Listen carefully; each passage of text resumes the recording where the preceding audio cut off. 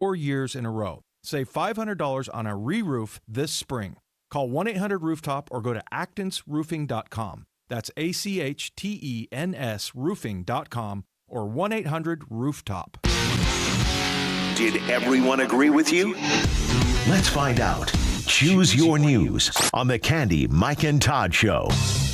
Everybody probably agreed with you. You make the best choices. I'm just laughing already. We gave you a little taste of our stories. You've been texting your votes. You're getting creative, and I love it. Candy, Mike, or Todd to 98973, the Online Trading Academy text line.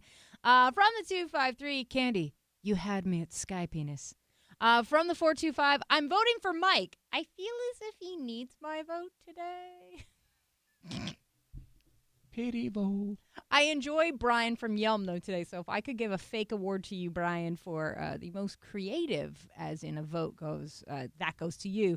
Twitter offing doctoral dialogue, Todd. Right? Yeah. Well anyway, Choose Your News scoreboard currently says Todd is at 24, Mike's at 26, I am at 25. Told you, it's close. And may the odds be ever in your favor. And apparently they were for me today. Good job, Candy. I am a winner. All right, let's start at the beginning. Okay, so the Navy's probe into Whidbey Island's Sky Penis is complete. Now, if you don't remember this, back in 2017, an EA-18G Growler jet, I think I said that right. So this crew drew an inappropriate sky, across Washington. You said it earlier, not saying it now. There's a lot of times I need to say it to finish this story, so I'm going to limit and get a little bit creative. Let's call that one the Sky Schlong. Anyway, the Navy Times just got the final investigation back, and this turned into a big deal. On the ground, watchers were trying to figure out what the pilot was drawing in the clouds. That's cool. Let's wait till it connects.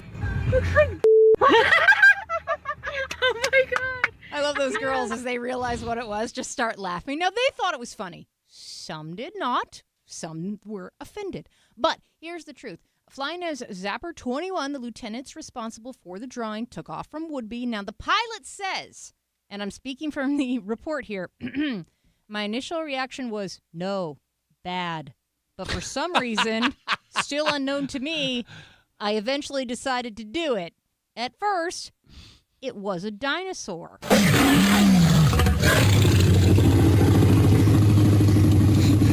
Now, I present to you the cockpit conversation that day. No, this is not a flashback of a Beavis and Butthead episode. I have edited it down just a little bit. The officer says, and I quote, "Draw a giant, it would be awesome." And the pilot says, "What'd you do on your flight?" "Oh, we turned dinosaurs into sky penises." Officer, "You should totally try." Pilot, "I could basically draw a figure eight, then turn around, come back. I'm going to go down, grab some speed, and hopefully get that up off the contrail layer so it doesn't connect right to each other." Officer, "Airliners coming back on their way into Seattle just see this big bleeping thing. Few minutes later, dude, I'm amazed."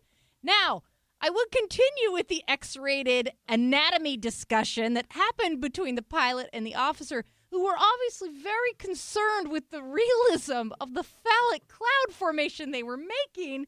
And wherever you are, gentlemen, I appreciate your attention to detail, but I'm not going to do that because it was amazing how detailed they were trying to get in the air. But this is the new information we learned. They actually tried to erase it once they realized, oh, it's still there. They went back through to try and fly through around the contrails. That didn't work, so the fuel was running low. They returned to Whidbey, and as soon as they landed, they said, "I am so sorry. We didn't know it was going to stay up."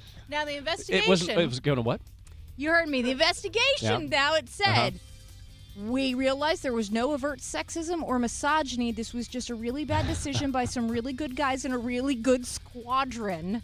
And Navy officials declined to provide the disciplinary records, but they said they were punished, and all the names have been redacted because it turned into such a big thing. This is actually really funny, and I dig pranks like this, and that was a great story. However, why did it take a year to investigate this? Or how long? I mean, these guys admitted it immediately upon landing. What was the deal? They wanted to make sure there was no sexual harassment or culture of sexism in this squadron, so they did a very thorough job. Indeed, they did. The great story, Candy. Coming up next hour on the Candy Mike and Todd Show, is NIMBYism the only reason people object to a whole bunch of backyard cottages with 12 people living in them? NIMBYism. Talk about that next. Tracy Taylor's going to check traffic for us now. Okay, so I think there's something going on South